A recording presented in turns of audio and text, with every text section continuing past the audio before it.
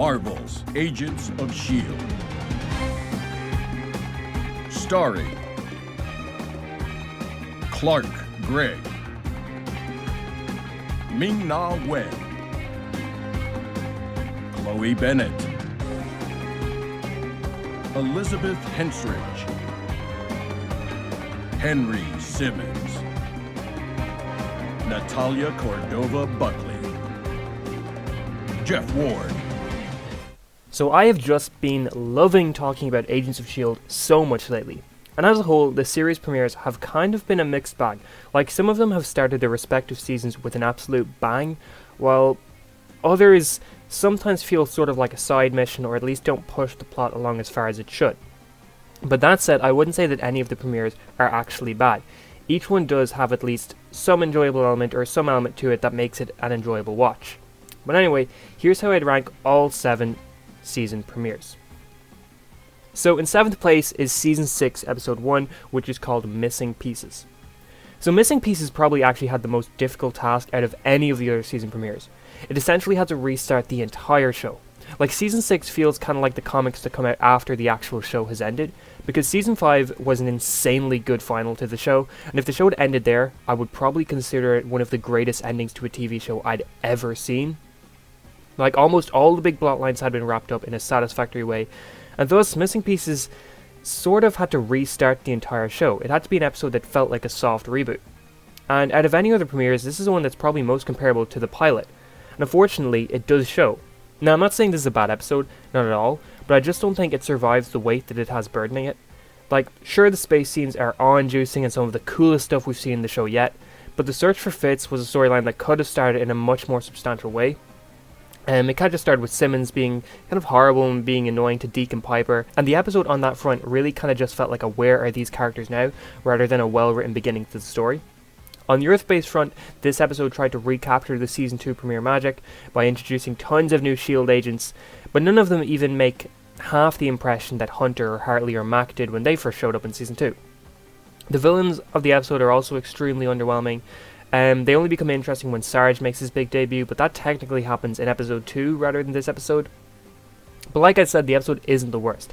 It has some of the best visuals and effects the show has had to this point, and the space setting differentiated itself from Season 5's Lighthouse setting very well.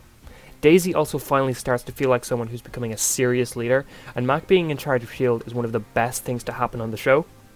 So the episode is not without merit, it just had a task that was almost impossible to live up to. In 6th place, I have Season 1, Episode 1, which is the pilot. So this episode is kind of a weird one to talk about, mainly because it's the most different episode out of all the premieres. Like, Agents of S.H.I.E.L.D. was a legitimately different show back then, and I don't mean always in the show reinvents itself every season.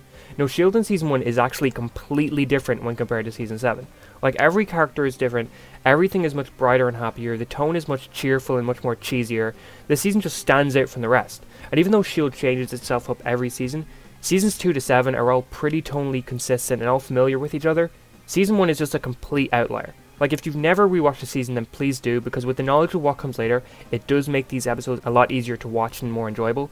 But as far as pilots go, this one wasn't great.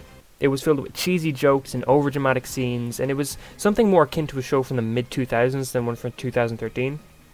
The show, looked really nice, but it still had a very low budget and staged feel to it. It didn't feel like the cast and crew had committed to it yet, and sure, this happens with most pilots, but this just wasn't a great indicator of what you were getting yourself into. Like Missing Pieces though, it isn't without its merits. Fitzsimmons have chemistry and feel like a fun duo from the very beginning. Coulson and Maria Hill help bridge the gap between this show and the movies very easily, and for what it's worth, this does feel like a S.H.I.E.L.D. we'd seen in the MCU films up until that point.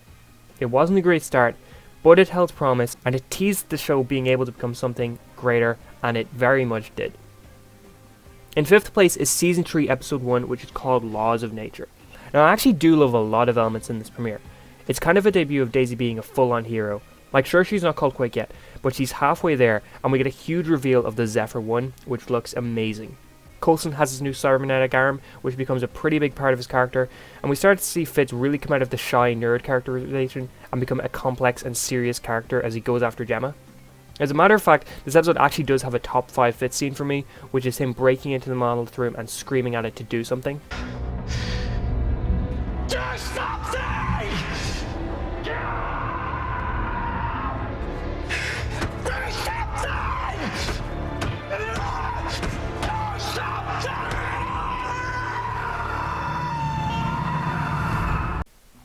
But outside of this stuff, the episode as a whole doesn't feel that important.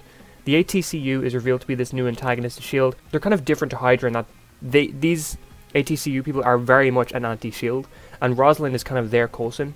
But they end up being shuffled out of the show completely over the next few episodes, and Lash is also pretty cool, but he's just kind of in this episode to have a cool new Inhuman villain. And honestly, as a whole, this episode feels kind of fillery. Like, the big elements that this episode brings to the forefront are all at the side and take a backseat to the main story, which ultimately isn't near as interesting as it should be, and it started the season with a little less of a bang than it should have. In fourth place is Season 7, Episode 1, the newest premiere, and it's called The New Deal. So the beginning of Season 7 might not have been as explosive or as exciting as some of the other seasons I'm about to talk about, but it has some of the more interesting reveals and best character dynamics we've seen on the show yet. I love how Deke is handling this episode. He isn't the comic relief he was for most of Season 6, he's a genuinely smart character, and his explanation of time travel and how he handles the Chronicoms. The change up to 1930s New York also gives the show a really nice shake-up to immediately move on from the events of Season 6. I also had no idea how much I really missed this version of Coulson. Like, full disclosure, I never loved the character or found him as interesting as most of the other mains on the show. I was definitely sad when he died, but I don't think I'd really feel his absence. And with Sarge showing up immediately afterwards, I guess I just didn't really feel the difference. But when Coulson started quipping and nerding out over history and his interactions with the cast, it just kind of hit me that holy shit, I really missed this. Like, I really missed him. And the scene where he's activated for the first time and starts to get overwhelmed with the memories from the last two seasons, it was just a great scene, and this episode just reminded me how much I really did love Coulson. Like, the Malik mystery was also pretty great. I love them bringing Patton Oswalt back. The mystery surrounding Simmons was a really interesting way to start her character off, and that final shot of May is chill-inducing. I honestly think this is one premiere that has the characters at their absolute best. In third place is Season 4 Episode 1, which is called The Ghost. So the pretty big consensus for Season 4 is that it's pretty much a perfect season, and I agree. And this is evident from the get-go. The season starts off much more darker than what we'd seen come before, and when the opening scene is Ghost Rider literally murdering a bunch of the antagonists from the last season, you really do get the feeling that things are different now, and we're in for a ride. Like, Robbie Reyes ended up being one of the greatest additions to the show, and this is coming from someone who thought Ghost Rider wasn't too interesting at all before this season started.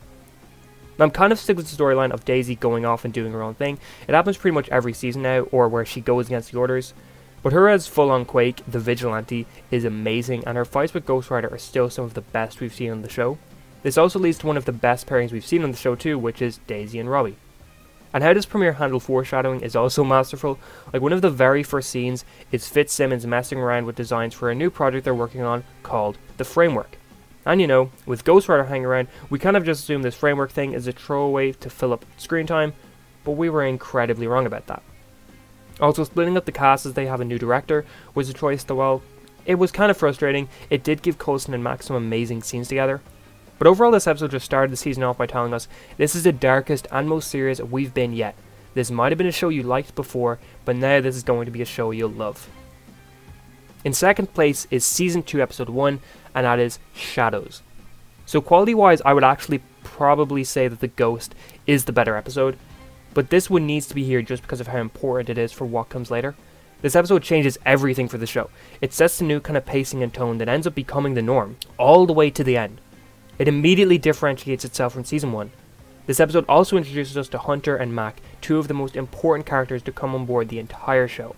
And from the get-go, they're already extremely well written and interesting characters. We also have the team's new base, and Coulson is full-on director for the first time.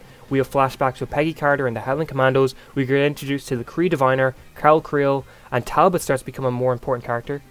They also add Lucy Lawless as Isabel Hartley, and due to how famous Lucy is, most people assumed she'd be sticking around, rather than us all being shocked when she's killed off in the very episode she's introduced. We also start the first great plotline for Fitz, which is his brain damage arc. And the reveal that he hadn't been talking to Simmons at all and just himself is still one of the best reveals the show has managed. Like, it's really easy to overlook this episode when you look at all the premieres, but this one is so important for the show's history and what came after that it just can't be forgotten. In first place is Season 5, Episode 1, which is Orientation Part 1. So this is without a doubt the best start to a season in my opinion. This episode is constantly on the move, and us being as confused as our main characters really does put us in the moment with them. But this is also the most plot heavy and focused premiere we've had yet. Like every other one to this point has the characters divided, or some are focused on a somewhat fillery mission, while the rest are busy with something that becomes the main story. But there's no beating around the bush with this episode. All of our characters are focused on this one task, and that is finding out what the hell is happening. And the show handles this brilliantly. While the season as a whole may have had a couple more missteps than season 4 did, I don't think this season could have started off with more of a bang or in more of a perfect way than this. The soundtrack also changes to a very synth and futuristic version of the main theme, and it suits so well. We also end the episode with some of the biggest reveals and twists on the entire show, and that's that Earth is gone, they're in the future now, and Fitz is somehow in the past trying to help them. I also mentioned how great the ghost was at foreshadowing. Well, this episode is just as good, even on little things like Yo-Yo almost getting her hands frozen off and Mac worried she was going to lose them. This episode is an example of S.H.I.E.L.D. at its absolute best. But that's how I would rank all 7 season premieres yet. So what would you think? Do you agree with me? Do you disagree with me? How would you rank all 7 of them? And if you enjoyed this video, please like, share, subscribe, and all of that. And I hope you have an amazing day.